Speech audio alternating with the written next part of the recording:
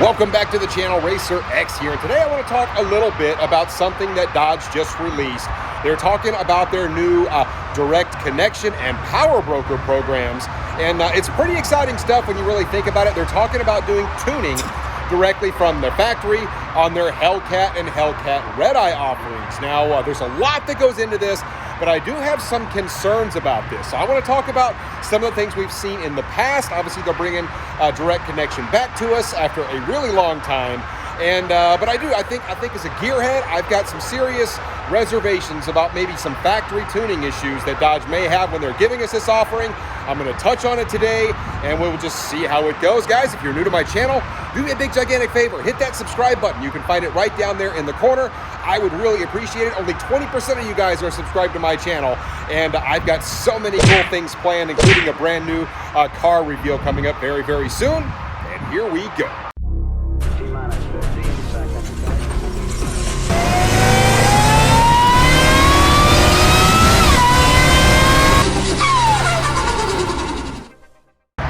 So we recently saw Tim Kuniskis, who is the CEO of the Dodge Performance Group, and he came out and said, "Look, we've got this new power broker program that we're trying to get going, and basically it's just going to be a series of dealerships and other performance groups that can modify, basically that they trust, and that they can modify or service your existing vehicle." And I think it's pretty neat. Obviously, they're just trying to make sure that a bunch of people out there on their list that they know they can trust, that they can partner with, right?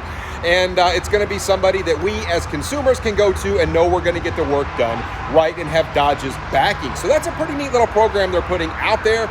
And then, of course, you've got the other deal with their tuning, their direct connection. So let's talk a little bit about that. So the new direct connection program really is geared around the Hellcat and the Hellcat Red Eye. As you can see right here, this is a wide body Red Eye car. And they didn't talk at all about doing anything on like the Scat Pack, the RT, anything like that, but they're talking about basically doing tuning from the factory and giving us a bunch of different options. So I want to go ahead and play you the little clip that Dodge put out just for reference, and then I want to talk about some of the things they had in the video. And we're not talking mud flaps and stickers here. These are the factory performance parts that you've been asking for, like Hellcat and Red Eye stage kits, tuned and updated with a direct connection PCM tuning module. These kits are emissions compliant and they won't violate your factory warranty. Our Stage 2 kit delivers a nearly 100 horsepower increase, and Stage 3 is under development for even more. So there you have it. I went ahead and decided to tuck myself out of the wind. Maybe you can hear me just a little bit better, but I want to talk about maybe some of these stage kits and a little bit about some things that weren't said by Dodge. So you heard it right from the CEO's mouth. I mean, they're really trying to keep things new and relevant and fun, and Dodge is pretty darn good about that. As we know, the EVs are on the horizon in 2024, so they've got to do some things to keep their folks engaged. And I feel like they're trying pretty hard here, bringing back the direct connection program. Now, they talked about stage 1 kits, but they didn't really talk at all about what that was going to entail. They didn't show us any pictures. My guess would be that they're not really going to do anything with pulleys on the stage 1. It could entail, say, maybe like long tubes. I'm guessing still a tune at that point, or maybe not. Maybe it's not even tuned. Maybe they're simply going to go ahead and just do like your intake and a couple other goodies, maybe some exhaust goodies as well. And maybe that's the stage 1. Stage 2 is a different story completely. Now, when we jump up to stage 2, things get a little bit more interesting, and I want to kind of drive home a couple of key points here. He did say stage 2, 100 horsepower increase. They showed us pictures and gave us a pretty good idea, really, of what this is going to entail. And I mean, one of the great things is they said it won't violate your factory warranty. And so I know that was a big point of emphasis for me, is like, hey, when I tune this, my factory warranty is gone. You know, they're going to be able to port up to the car. They're going to be able to see that it's been tuned. You know, of course, you got to unlock your PCM, all that kind of mess. Well, they're taking all of that out of, kind of out of the equation. And I think that's fantastic, because I think it's just going to allow a lot more people some freedom to do what they want without worrying about, if I go down the road and my engine blows up, am I going to be out 30 grand for a new Hellcat engine? Yeah, I mean, that's something we all worry about, I think. So that's a great thing about the new program. We do see a Hellraiser pulley in this Stage 2 offering. Also, the Diablo looks like their preferred tuner of choice when you look at the actual device that they're offering there. They call it a direct connection device. It looks like Diablo. And, so my thought is this on the Stage 2. I'm guessing that's like a 285 pulley that they're going to offer with that. Typically, when you go 275 or even smaller, you start to see the car want to pull a lot of timing. That fuel just can only support so much boost with this platform. So when I ran a 285, that is about the perfect setup, and I think that's about what I gained with a couple other goodies, was about 100 horsepower. And the great thing about it is you can keep it on 93 octane, which they will do. They do talk about keeping these things emissions compliant, which is very important with everybody, especially you guys out there in California. So the fact that they're going to keep it like that. So it's my guess is this, 285 pulley. They're going to go ahead and offer a couple other goodies, maybe even a booster pump there just to make sure it has plenty of fueling. But they're going to be leaving a lot on the table with this tune would be my guess. They have to keep it really safe for the masses out there. And you're going to see the same thing, like I mentioned, Celine, Roush, you've got Callaway, all those calibrations, they're similar, right? I mean, they're going to leave quite a bit on the table. They want to keep it very safe, so to speak. So you are a little bit limited there on what those will do.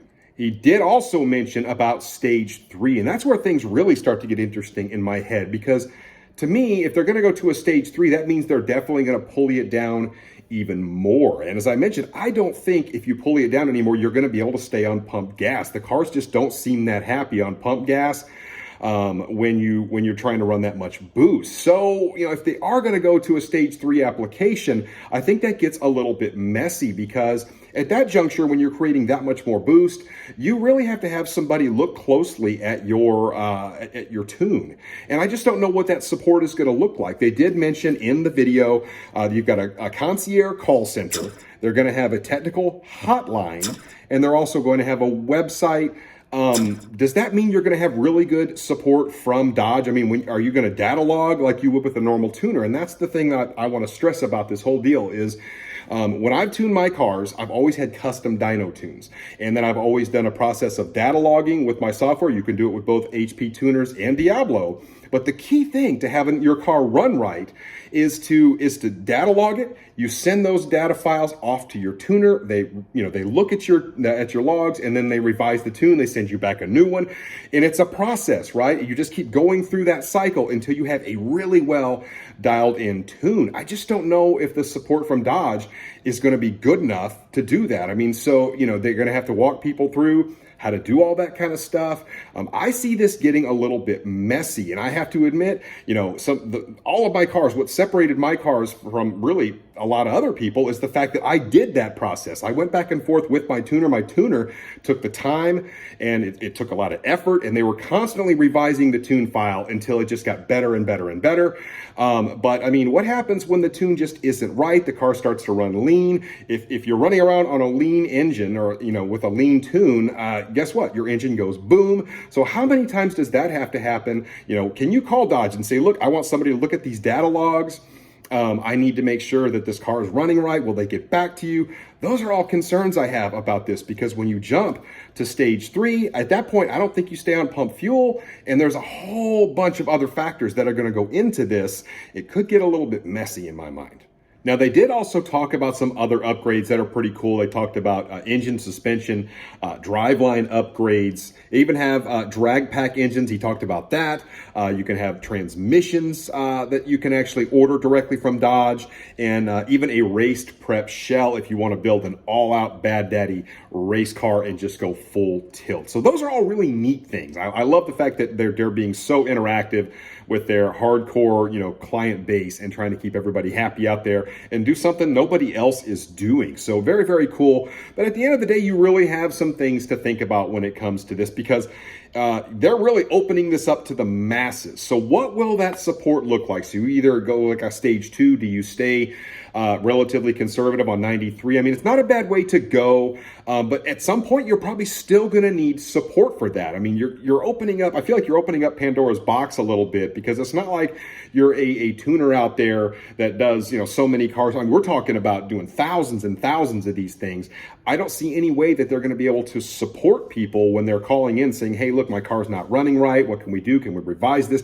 It's going to be a bit of a learning curve for Dodge, I think, on this, because I just know how people, even like myself, I want that interactivity to be able to have somebody on the phone that knows my tune, that understands it. I just don't know if you're going to get that. And like I said, when we jump up to stage 3, where you're making even more power, you really need to make sure your tune is dialed in.